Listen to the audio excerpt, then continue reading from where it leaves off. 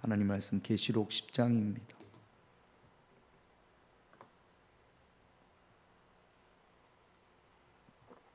계시록 10장 1절부터 11절까지 제가 한 절 여러분들이 한 절 그렇게 교독합니다. 내가 또 보니 힘센 다른 천사가 구름을 입고 하늘에서 내려오는데 그 머리 위에 무지개가 있고 그 얼굴은 해 같고 그 발은 불기둥 같으며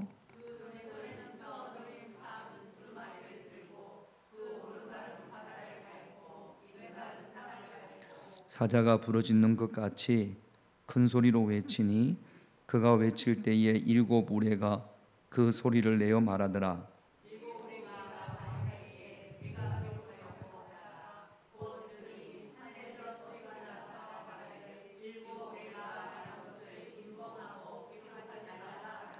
내가 본 바 바다와 땅을 밟고 서 있는 천사가 하늘을 향하여 오른손을 들고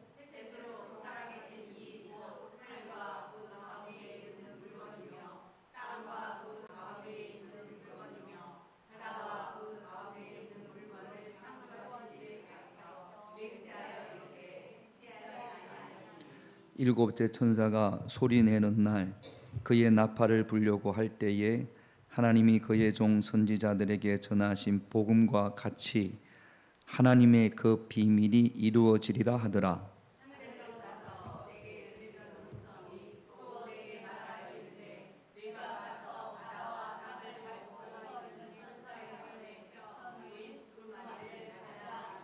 내가 천사에게 나아가 작은 두루마리를 달라 한즉 천사가 이르되 갖다 먹어버리라.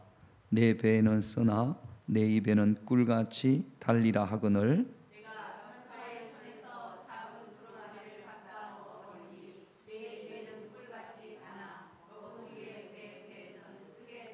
같이 있습니다. 그가 내게 말하기를 내가 많은 백성과 나라와 방언과 임금에게 다시 예언하여야 하리라 하더라. 아멘. 요한계시록을 새벽마다 새벽의 시간이 뭐 길지 않으니까 짧게나마 거의 매일 한 잔씩 봅니다. 요한계시록을 혼자 읽고 이게 하나님의 뜻이구나 파악하는 것은 참 어렵습니다. 상징적인 것이 많기 때문에. 그러니까 여러분들이 혼자 그냥 집에서 읽으면 뭐 열에 9번 이게 뭔 말인지를 잘 모를 겁니다. 그래서 목사님들이 요한계시록을 이제 순서가 되면 하지 않습니까? 근데 또 잘 안 들어요. 그러니까 여러분 모른다고 하지 말고 잘 들으십시오. 제가 말씀을 드리는 것은 제가 개인적으로 연구한 것이 아니라 많은 목사님들이 그동안 요한계시록을 설교하고 또 신학자들이 해석한 가장 보편적인 해석입니다. 그러니까 요한계시록 대부분의 이단들이 요한계시록을 가지고 자기들 마음대로 뭐 하나의 그 어떤 교주가 생길 수 있도록 그렇게 만듭니다. 대부분이 그렇습니다. 그러니까 요한계시록을 통해서 한 사람을 예수님 외에 한 사람을 높이는 것은 100% 이단입니다. 그런 해석은 옳지 않은 거고, 또 요한계시록을 보면서 겁주기 위해서 신앙생활 개떡같이 하면 지옥 가는 거, 이게 목적이 아니에요. 요한계시록의 목적은 제가 계속 거듭해서 말씀을 드립니다. 마이크를 좀 꺼주세요, 권사님. 사도 요한이 밤모섬에서 하나님으로부터 환상을, 요한계시록을 받지 않습니까? 그러니까 사도 요한의 형편과 그 당시 교회의 형편이 같습니다. 다시 묻습니다. 사도 요한이 이 요한계시록을 어디서 기록했다고요? 놀러 갔습니까? 아니, 지금은 밤모섬이 관광지가 됐어요. 뭐 거기가 지리적으로 좋아서 뭐 휴양지라서 그런 게 아니라 사도 요한이 밤모섬에서 계시록을 썼기 때문에 많은 기독교인들이 캐톨릭, 정교회, 그 다음에 개신교 이런 기독교인들이 방문을 하기 때문에 지금은 거기가 관광지가 됐지만 반모섬은 제수들을 유배하는 곳입니다. 너무 열악한 환경이에요. 그러니까 사도 요한이 예수를 믿다가 이 반모섬으로 유배가 되어졌습니다. 너무너무 힘든 상황이에요. 육체적으로 힘들고 외롭고, 또 사도 요한이 나이가 꽤 된 상황에서 유배지로 갔습니다. 박해가 너무 심하죠. 그리고 사도 요한뿐만 아니라 그 당시 7교회, 에베소 교회, 스무나 교회, 두아디라 교회, 그 외에도 많은 교회들이 박해를 받아서 너무 힘든 상황 가운데 있어요. 그래서 교인들 가운데는 교회를 떠나는 사람도 많이 생겼습니다. 박해가 심하니까. 오늘 수요일 날 오시던 분들이 몇 분 못 오셨잖아요. 왜 못 왔습니까? 왜 못 오셨어요? 그 이유가 있겠지. 공통적인 이유가 뭘까요? 비가 와서. 비가 와서. 그래서 비 오는 날은, 옛날에 목사님들이 그랬거든요. 예수님이 언제 오시느냐? 비 오는 날 수요일 저녁 예배 때 오신다고. 왜냐하면 그때가 숫자가 제일 작으니까 그때 예수님이 싹 오실 거라고. 지금 오시면 우리만 구원받습니까? 우리만 구원받았으면 좋겠네. 수요 예배 안 온 인간들은 다 지옥 가게. 그러니까 너무나 힘든, 그래서 교회를 떠나는 사람들이 있었습니다. 그러니까 봐봐요. 수요일 날 이렇게 왔는데 너무 없어. 그러면 나도 다음 주에 오지 말아야지. 비 오고 조금 오면 나도 가지 말아야지. 그런 마음이 들까요, 안 들까요? 제가 처음 왔을 때 고건사님이 그랬어요. 그래, 자기 교회 안 나갔다고. 가니까 교인이 별로 없더래. 나도 나가지 말자 그랬다고. 내가 그걸 기억을 합니다. 그래가지고 요즘은 안 그러죠? 요즘도 그래요, 권사님? 자신 있게 답을 못 하시네. 처음에 제가 왔을 때 우리 고윤남 권사님이 집사였을 때, 그때도 교회를 한참 쉬었다가 이제 다 막 나오고 그러실 때 갔더니 수요일 날 사람들이 별로 없어서 나도 나가지 말자 그랬다고. 이거 다 유튜브에 다 나갑니다. 그러니까 그래도 와야지. 그래도 와야지. 그러니까 교인들이 이제 박해가 심하니까, 그러니까 교회를 떠나니까 기존에 남아있는 사람들도 흔들립니다. 그래서 요한계시록은 그들에게 소망과 희망을 주신다고. 열심히 안 하면 지옥가, 이게 소망과 희망을 주는 게 아니지 않습니까? 그래서 요한계시록의 최종적인 목적, 이게 목적이에요. 제일 마지막에 요한계시록 22장 20절을 볼게요. 같이 있습니다. 이것들을 정언하신 이가 이르시되 내가 진실로 속히 오리라 하시거늘 아멘. 주 예수여 오시오. 반드시 다시 온다. 어떤 시련과 박해 가운데에서도 흔들리지 말고 믿음 생활해라. 반드시 내가 온다. 이게 요한계시록의 목적이에요. 그러니까 여러분들이 비가 오거나 눈이 오거나 바람이 불어도 나는 무슨 일이 있어도 하나님을 떠나지 않는다. 나는 예수 믿는다. 그런 마음만 가지고 있으면 요한계시록 몰라도 아무 상관없어요. 막 흔들리는 사람들, 수요일날 비 오면 안 오고, 주일날 단풍 들면 안 오고, 주일날 꽃 피면 안 오고, 이런 분들한테는 요한계시록이 필요해요, 안 필요해요? 필요해요. 이런 분들한테는 친구들이 놀러 가자 그러면 따라가고, 어디가 또 무릎이 좀 아프면 또 교회 안 오고, 이런 분들한테는 요한계시록이 필요합니다. 우리도 필요해요. 필요한데 요한계시록을 읽으면서 여러분들이 그래 예수님이 오시니까, 천국이 있으니까 어떤 환난과 어떤 핍박이 있더라도, 어떤 고통스러운 순간이 있더라도 나는 오직 하나님만 바라봐야지.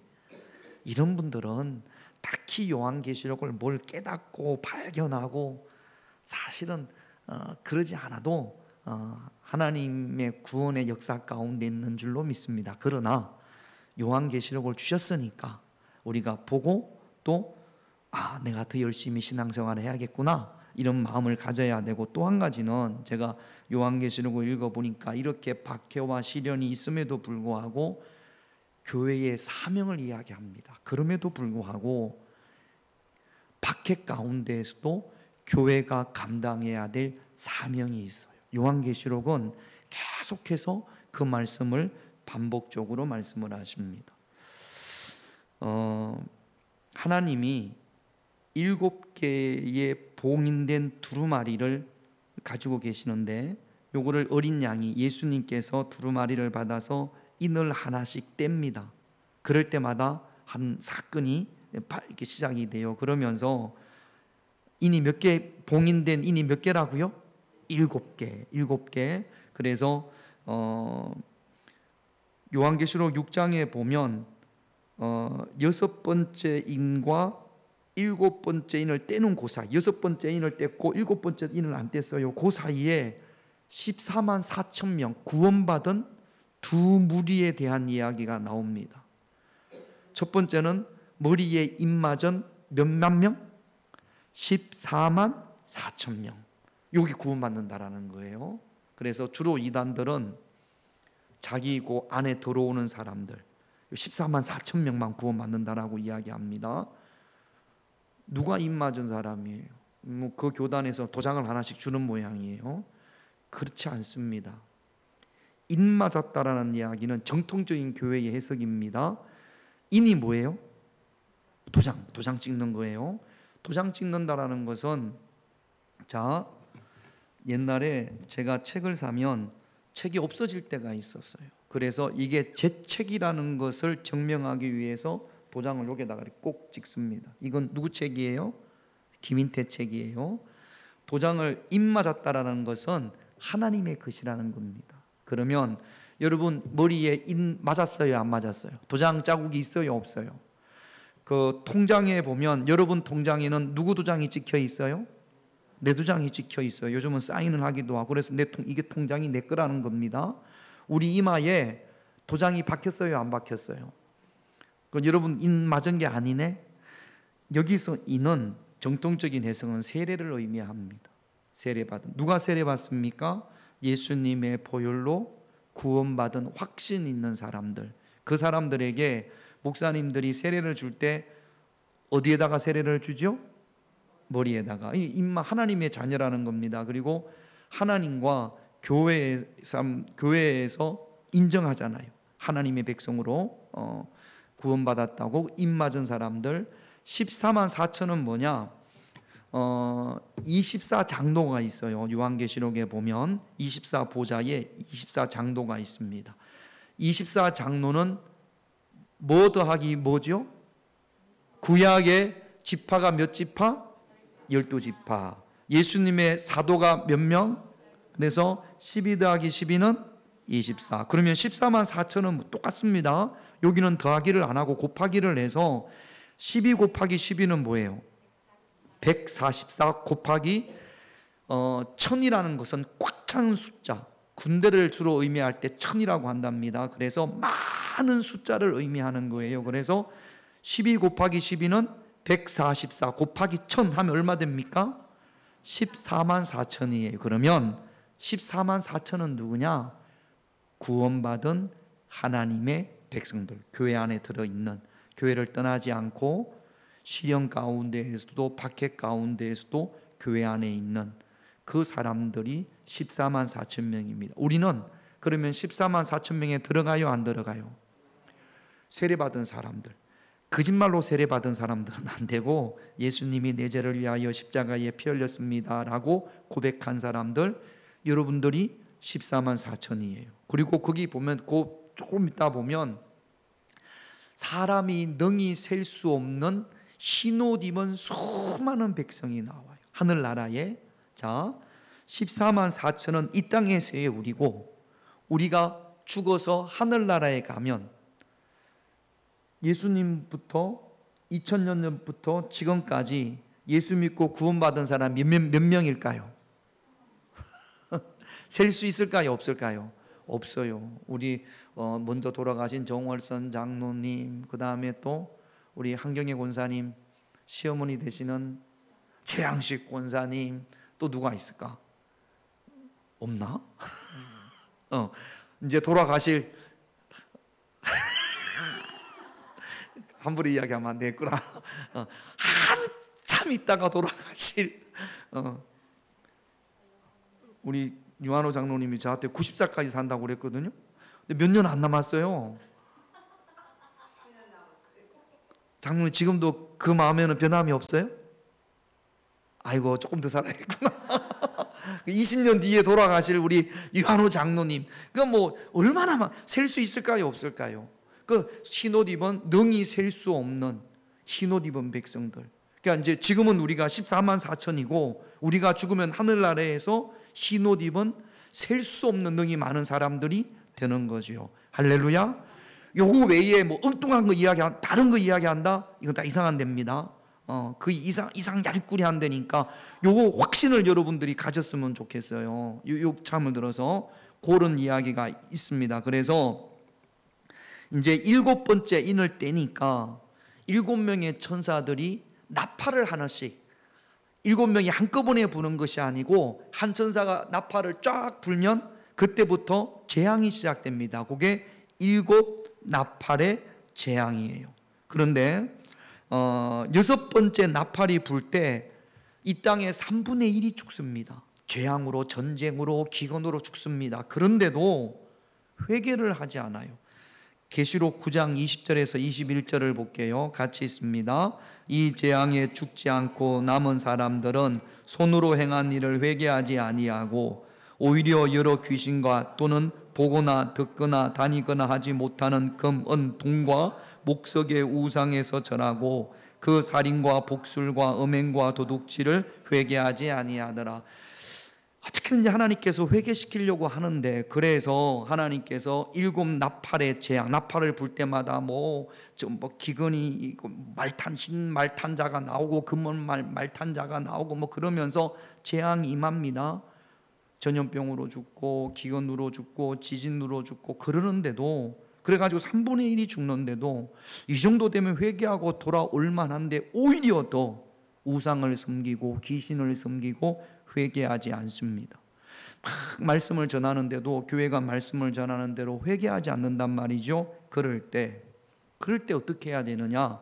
그 이야기가 지금 우리가 읽은 계시록 10장 말씀에 있습니다. 누가 봐도 뻔한데, 예수 믿어야 되는데, 그리고 하나님께서 회개할 기회를 줌에도 불구하고 저 사람이 회개하지 않을 때 그 상황이나 요한계시록 10장 상황이나 비슷하다라고 생각을 하시면 됩니다. 자, 오늘 읽은 본문 1절 2절을 같이 있습니다. 내가 또 보니 힘센 다른 천사가 구름을 입고 하늘에서 내려오는데 그 머리 위에 무지개가 있고 그 얼굴은 해 같고 그 발은 불기둥 같으며 그 손에 펴놓은 작은 두루마리를 들고 오른발은 바다를 밟고 왼발은 힘센 천사가 내려옵니다. 힘센 천사. 그러니까 요한이 환상을 볼 때 이 천사가 힘세게 생긴 모양이에요. 천사가 내려오면서 나는 힘이 센 천사야, 이렇게 이야기하지는 않았겠죠. 요한이 볼 때 힘센 천사가 내려옵니다. 구름을 입고 구름 가운데, 그러니까 막 장엄하고 아주 힘이 있고 거룩하고 그런 모습이지요. 그 다음에 또 무지개가 있습니다. 얼굴은 해같이 빛납니다.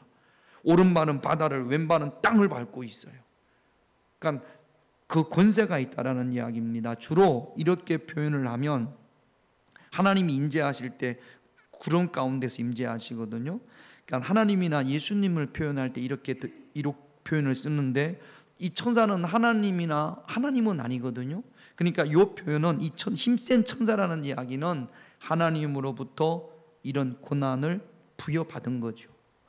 하나님으로부터 고난을 부여받았는데, 이게 오른발이 땅을 밟고 있고 왼발은 바다를 밟고 있고 무지개가, 이게 중요한 게 아니고 그 모습이 그렇다라는 거예요. 그만큼 요한이 볼 때 이 천사가 엄청난 그런 힘이 있는, 근위가 있는 그런 모습을 지금 이야기를 하는 겁니다. 그런데 이 힘센 천사에게 2절 말씀에 보면 그 손에 펴놓은 작은 뭐가 있어요? 두루마리가 있어요. 봉인을 뗐으니까 두루마리가 뭐죠? 두루마기가 아니에요. 옛날 할아버지들이 입는 두루마기가 아니고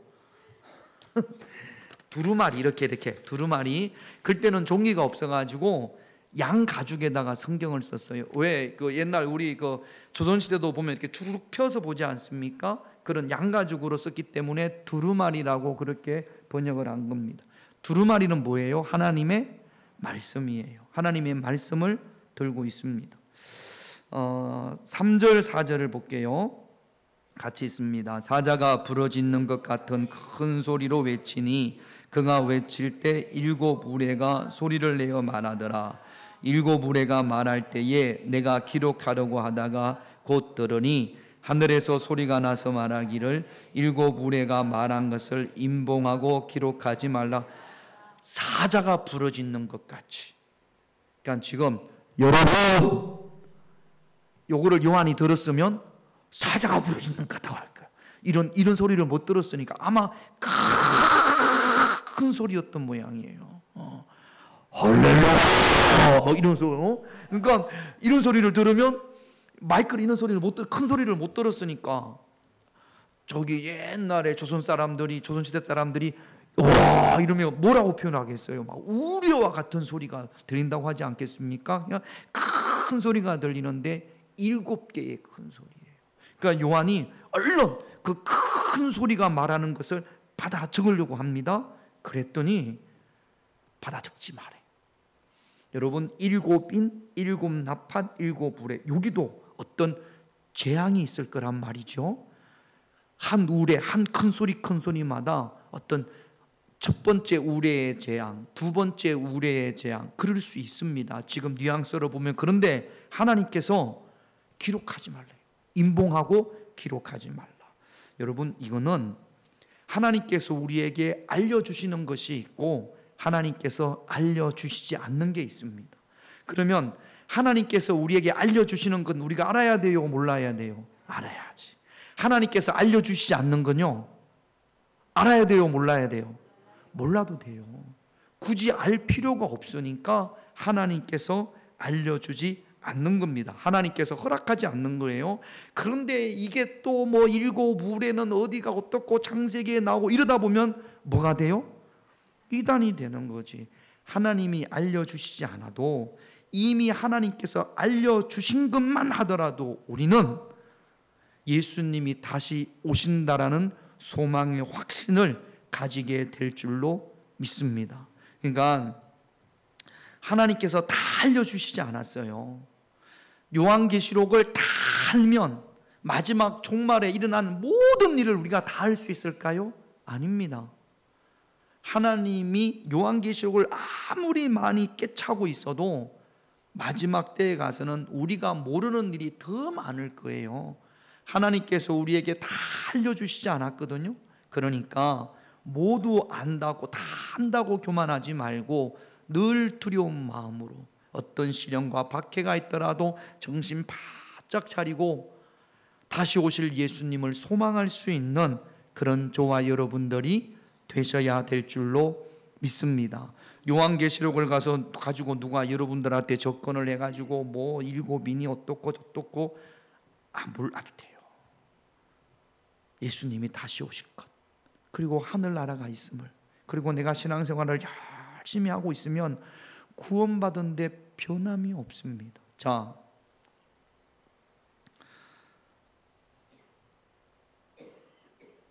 교회를 안 다니다가 죽기 이틀 전에 예수님이 내 죄를 위하여 십자가에 피 흘리심을 믿습니다 라고 고백했어요. 고백했어요. 예수님이 내 죄를 위하여 십자가에 피 흘리심을 확실히 믿었어요. 이 사람은 구원받을까요? 구원받지 못할까요? 예? 예? 자, 구원받을까요? 못 받을까요? 요한계시록을 모르는데? 그러니까 여러분, 그러니까 몰라도 구원받는 데는 아무런 이상이 없어요. 하나님이 세상을 이처럼 사랑하사 독생자를 주셨으니 이는 저를 믿고 요한계시록을 깨달아야 구원을 얻을 것이니 그렇게 말씀하지 않았단 말이죠.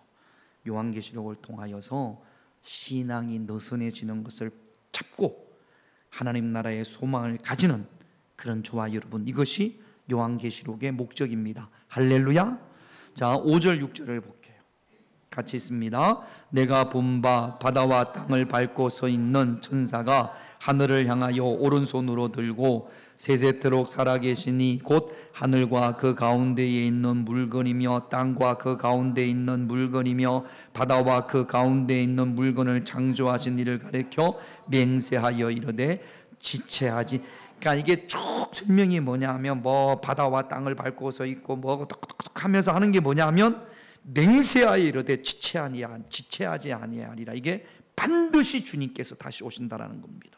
맹세하여, 그러니까 흔들지 마라, 견디라, 참으라, 인내하라, 그렇게 말씀을 하시는 거죠.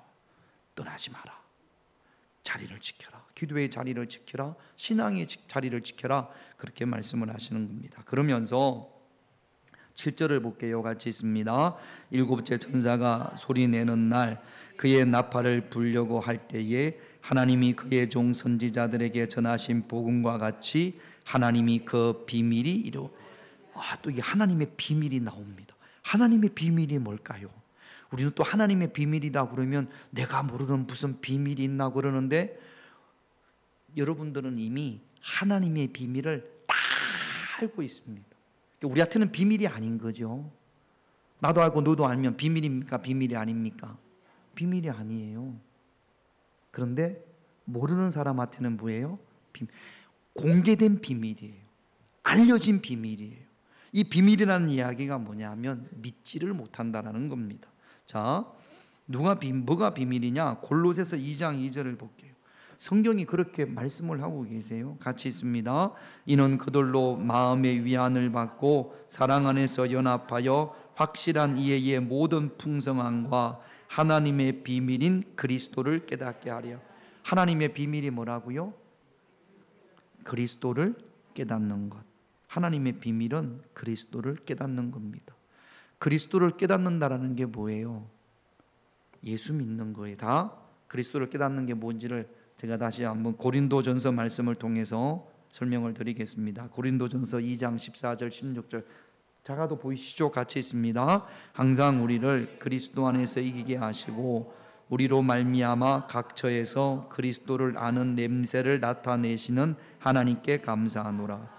우리는 구원받은 자들에게나 망하는 자들에게나 하나님 앞에서 그리스도의 향기니 이 사람에게는 사망으로부터 사망에 이르는 냄새요 저 사람에게는 생명으로부터 생명에 이르는 냄새라. 누가 이 일을 감당하리? 자, 로마가 전쟁을 하면 전쟁 포로들을 잡아옵니다.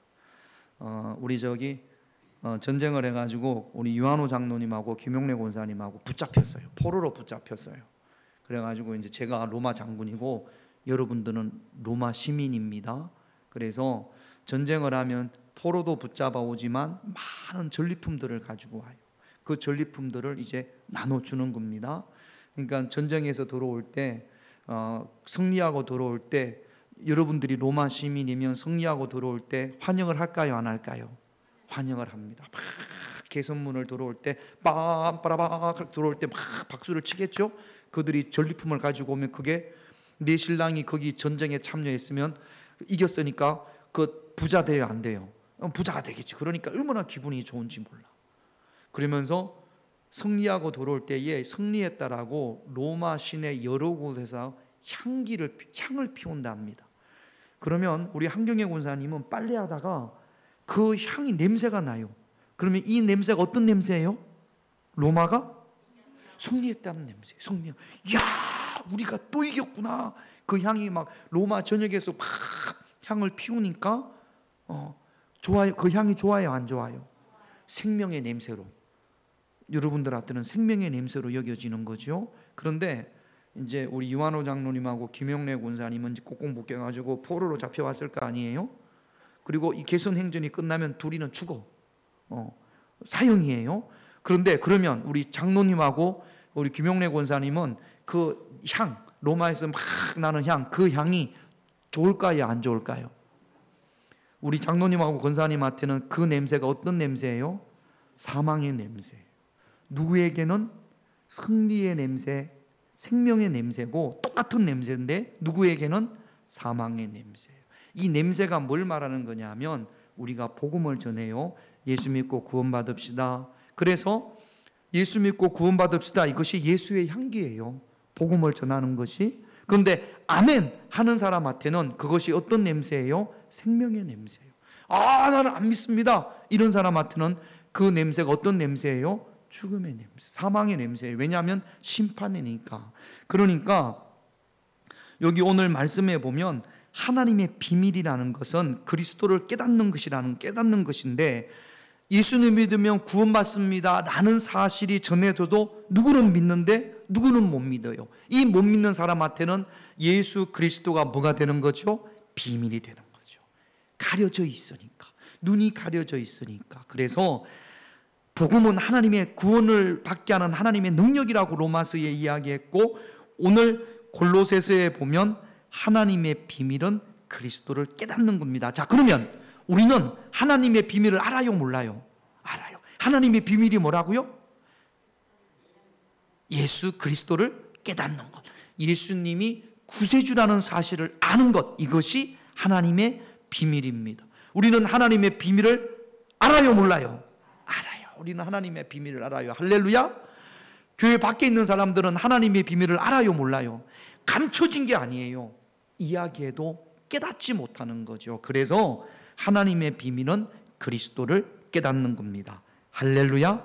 그래서 오늘 계시록에 보면 예수 믿고 구원받고 예수 믿지 않고 심판받는 것, 이것이 하나님의 비밀이에요. 그 비밀이 이루어진다라고 오늘 7절에서, 요한계시록 10장 7절에서, 그러니까 그 비밀을 간직하고 그 비밀을 포기하지 말고 그 비밀을 끝까지 믿고 그 비밀을 소유한 자답게 살으라는 이야기를 지금 계시록에서 말씀을 하시는 겁니다. 또 하나 11절을 볼게요. 자, 지체하지 아니라고 그랬거든요. 반드시 온다고 그랬습니다. 그러면 자, 봐봐요. 오늘 예수님이 지금 예수님이 오신다. 아니면 지금 지구에 있는 모든 사람들이 다 죽는다. 그러면 우리는 구원받아요, 구원받지 못해요? 구원받죠. 그러면 좋아요, 안 좋아요? 안타까운 게 있어요, 없어요? 있어요. 뭐가 안타깝죠? 어느 아빠가 천국에 못 가잖아. 괜찮아요? 내 사위는 아니니까 하든지 말든지. 여러분, 예수님이 지금 오신다고 그러면 할렐루야 그리고 흰옷 입고 산에 가가지고 그럴 게 아니라 기쁜 마음과 즐거운 마음이 있지만 한쪽으로는 뭐가 있어요? 안타까운 마음이 있어야지. 내가 사랑하는 사람 구원받지 못했으니까. 우리 유한호 장로님이 주일날 식사를 안 하시고 갔거든요. 왜 식사를 안 하시고 갔어요? 그랬더니 빈자리가 너무 많아가지고 마음이 아파가지고 밥을 먹을 수가 없어가지고 밥을 안 먹고 이번 주부터 굶읍시다. 우리도 밥 먹지 말고 빈자리가 너무 많아가지고 전도를 해야지 장로님. 그럼 그리고 오는 사람들한테 주일날 식사할 때 장로님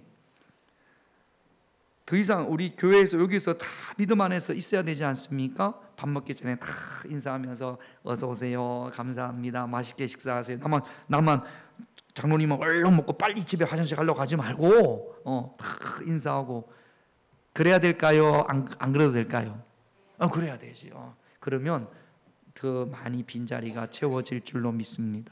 예수님이 오신다라는 것, 지체하지 않고 오시리라는 말씀 가운데서 우리는 안타까운 마음이 있어야죠. 그래서 11절 같이 있습니다. 그가 내게 말하기를 내가 많은 백성과 나라와 방언과 임금에게 다시 예언하야 하리라. 예언이 뭐예요? 하나님의 말씀을 전하는 겁니다. 설교하는 겁니다. 설교. 그 선지자를 나비라고 그랬는데 그게 말씀을 전하는 거거든요. 지금 어떤 상황이에요? 밤모섬에서 죽을 지경이에요. 너무너무 힘들어요. 유배 와가지고 목도 마르고 배도 고프고 그 다음에 교회들도 박해로 인해서 너무 힘들어요. 그런데 여기 보면 많은 백성과 나라와 방언, 말이 다른 사람과 뭐 이 말 영어 하는 사람, 독일어 하는 사람 많잖아요. 임금과 그들에게 뭐 하라고요? 다시 예언하라고요. 사명 내려놓지 말고, 복음 전하는 거 내려놓지 말고, 전도하는 거 내려놓지 말고, 시련과 박해가 있어도 다시 예언하라. 예수님이 오실 거니까 하나님의 비밀을 깨닫는 너희들은 다시 하나님의 말씀을 전하라. 그렇게 말씀하시는 거예요. 아이고, 이제까지 수고했으니까 이제는 쉬어야지. 뭐 요즘 전도한다고 뭐 누가 들어? 지금은 때가 아니야. 이거는 다 마귀들이 하는 겁니다. 전도 못하게 하는 거예요.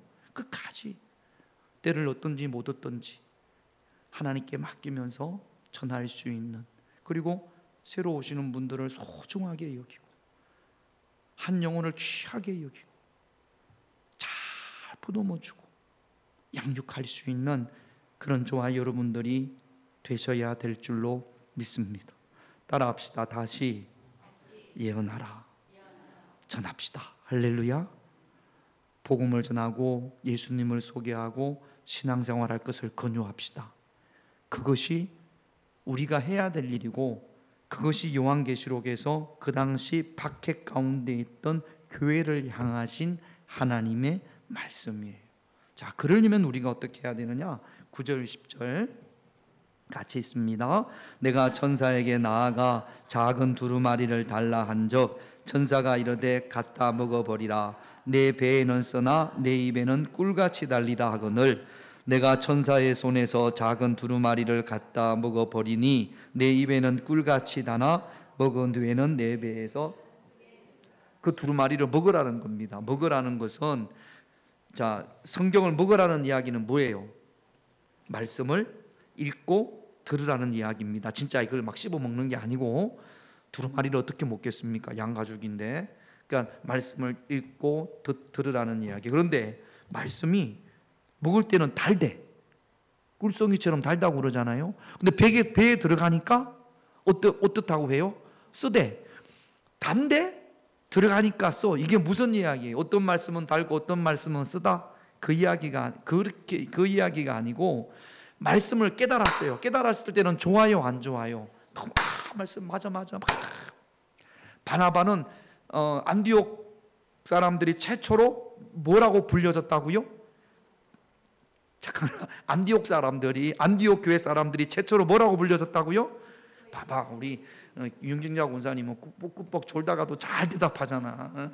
자, 봐봐요. 안디옥에서 처음으로 안디옥 교회 사람들이 그리스도인이라고 불림을 받았어요. 자, 이 그리스도인의 특징 중에 하나가 바나바로 말씀을 드렸잖아요. 바나바는 두 가지 특징이 있었어요. 첫째, 바나바는 어떤 사람이다? 착한 사람. 우리 성경에는 착한 사람, 현대의 성경에는 이 착한 사람이 어떤 사람이냐? 친절한 사람, 그리고 성령과 믿음으로 충만한 사람. 자, 착한 사람 돼야 돼요, 안 돼야 돼요? 우리가 나는 이제 착한 사람, 내가 그리스도인이니까 착한 사람 돼야지. 말씀을 들을 때 그렇게 결단을 했단 말이죠. 그래서 올라갔어요. 올라갔더니 밥 먹는데 누가 새치기를 해. 내 앞에서 친절하기로 했는데 새치기를 하면, 아이고 얼른 배고프시구나, 얼른 드세요. 뭐 이것도 갖다 드세요. 이게 친절하잖아요. 이 친절한 거잖아요. 그런데 올라가자마자 친절하려고 하니까 막 자존심이 확 상하네. 기분이 확 나쁘네. 그래가지고 개코도 친절이고 뭐고 없어 그냥 확 해버렸단 말이죠. 이게 뭐예요? 배에서 쓴 거예요. 말씀을 들을 때는 참 좋았는데 그 말씀대로 살려고 하니까 힘들어. 고통이 따라. 그러면 어떻게 해야 돼요? 확 하고 뱉어야 됩니까? 우린 많이 뱉거든. 성경대로 사는 사람이 어디 있어? 그리고는 성경이고 나발이고 막 그냥 이렇게 하면서 그냥 말씀 아멘 해놓고는 그러니까 다 쏟아낸단 말이죠. 그러면 안 되고, 배에 써더라도 들을 때 깨닫고 달고 그걸로 단물만 빼고 버리지 말고 배에 써더라도 먹어서 완전히 내 것이 되어져야 합니다. 내 것이 되어져야 그 말씀이 내 안에서 능력이 되는 줄로 믿습니다. 말씀대로 살려고 하니까 손해보는 것 같고 자존심도 상하고 내가 가만히 있으니까 이것들이 나를 가만히로 하나 그런 마음도 들고 뭐 내가 좀 친절하게 했더니 나한테 막 함부로 하는 것 같고 그래가지고 내가 성질이 없어서 참는 줄 알아? 그러면서 어느 날 하면 그냥 다 뭐가 되겠습니까? 착한 사람이라는 거 그냥 날아가는 거 아닙니까? 그러니까 여러분 말씀을 받고 깨닫는 것 이것으로 끝나지 말고 그 말씀이 순종하는 것이 힘들고 어렵더라도 배에 쓰더라도 고통스럽더라도 순종함으로 말미암아 그 말씀을 충분히 소화시켜서 그럴 때 그 말씀이 능력이 되고 내 안에서 능력이 된 그 말씀을 전할 때 역사가 나타날 줄로 믿습니다. 요즘 이제 정부가 바뀌면서 인사청문회 하잖아요. 인사청문회 하는데 뭐 저는 잘 이렇게 뭐 그런 데 잘 모릅니다만 교육부 장관으로 내정된 분이 보니까 아마 저기 교육부 장관으로서는 뭐 이렇게 전문적인 그 기질이 소질이 있는지는 모르겠습니다만 충남대 총장 하시던 분인데 그런데 이분이 결격 사유가 뭐냐면 논문 이런 건 모르겠어요. 저도 이제 아이들을 키우다 보니까 큰 딸은 고등학교 때 유학시켰고 그 다음에 작은 딸은 중학교 다니다가 퇴학시키고 유학을 시켰어요. 그러니까 공교육을 안 한 거지. 초, 중, 고 공교육을 해야 되는데 우리나라에서 사교육, 여러분 유학 보내는 게 사교육의 절정이거든요. 돈이 뭐 10몇 억이 들었다고 합니다. 계산을 해보면. 그런 분이 교육부 장관이 되면 어떻게 공교육을 살릴 수 있겠어요? 그러니까 제가 왜 이 말씀을 드리냐면 하나님의 말씀이 내 안에 들어와서 내가 그 말씀대로 살 때 그 말씀에 능력이 있는 줄로 믿습니다. 그분이 자녀들을 초, 중, 고, 대를 다 공교육에 시켰으면 그러면 공교육의 현실이 이렇습니다. 어렵습니다. 사교육의 어떤 이름이 있고 이렇게 이야기할 수 있잖아요. 근데 자기 딸들은 다 유학을 시켰어요. 미국의 기숙학교로 유학을 시켰는데 그러면서 이제 답하는 거 보니까 아이들이 원해서 우리 애들도 유학 가고 싶어 해. 우리 애들도 거기 가고 싶어 하는데 우리는 형편이 돼요, 안 돼요? 형편만 되면 우리도 보내지. 근데 안 되니까 그런 우리 대한민국의 90%의 국민들의 마음을 아프게 하는 거죠. 그러니까 여러분 우리도 말씀을 쓰다고 나는 말씀대로 안 살면서 다른 것만 그 깨닫는 거 그거 가지고 그냥 이야기하면 그러면 역사가 없습니다. 힘들고 어렵더라도 말씀을 깨닫고 그 말씀대로 살아서 내 것이 된 다음에 그 예수 그리스도의 복음을 이 환난과 박해 가운데 전할 수 있는 사명을 감당할 수 있는 그런 저와 여러분들이 되셔야 될 줄로 믿습니다. 그리스도인은 착한 사람이에요. 아는 것으로 끝나면 안 됩니다. 착한 게 어떤 거라고요? 친절하게. 친절한 검자씨가 아니고 따라합시다. 자기 이름 부르면서 자 우리 윤경자 권사님 같으면 친절한 경자. 여러분 자기 이름 가슴에 이렇게 손대면서 시작. 그래요. 이제부터 오늘 수요일 오신 분들은 얼마나 주일날 금요일날 친절한지 내가 볼 겁니다. 그건 그리스도인이에요. 그러니까 이제 여러분 우리가 말씀을 듣는 것으로 끝나는 것이 아니라 먹고 쓰더라도 순종함으로 내 것으로 만들어서 그 다음에 그것이 능력이 되어져서 전할 수 있는 그런 저와 여러분 요한계시록이 그 말씀이에요. 여러분 신앙생활하는 것이 힘들고 어렵습니다. 그럼에도 불구하고 교회 가면 맨날 목사님이 친절하라고 그러지 봉사하라고 그러지 헌신하라고 그러지 그런단 말이죠. 포기하지 말고 여러분 신앙생활 열심히 함으로 다시 오실 예수님 또 우리가 예수님에게 가잖아요. 그날을 소망할 수 있는 그런 저와 여러분들이 되시기를 주님의 이름으로 축원드립니다. 기도 제목 볼게요. 같이 1번 같이 있습니다. 요한계시록을 통해 다시 오실 예수님을 소망하게 하옵소서. 요한계시록을 통해 이게 최고 목적이에요. 요한계시록을 100번 철번하라도 다시 오실 예수님에 대한 소망이 없으면 안 되는 겁니다. 2번 같이 있습니다. 하나님의 비밀인 예수 그리스도를 소유하게 하옵소서. 예수 그리스도를 깨닫는 것이 하나님의 비밀입니다. 3번 같이 있습니다. 달고 쓴 하나님의 말씀을 먹음으로 내 안에서 능력이 되게. 하나님의 말씀을 깨닫는 건 답니다. 그 말씀대로 사는 것은 씁니다. 근데 그렇다고 뱉지 말고 아무리 써도 그 말씀대로 살아서 열매를 맺읍시다. 할렐루야. 4번 같이 있습니다. 다시 일어나 내 안에 능력이 된 말씀을 전하는 자가 되게 하옵소서. 말씀 전하는 거, 전도하는 거, 아이고 지금 전도가 돼, 뭐 날씨도 더운데 이렇게 내려놨던 거 다시 한번 일어나셔서 요한계시록을 통해서 내가 전하는 삶을 살아야지. 하나님이 내 영혼을 부르시기 전에 한마디라도 더 예수님을 전해야지 기도할 수 있는 이 시간이 되시기를 바랍니다. 우리 할 수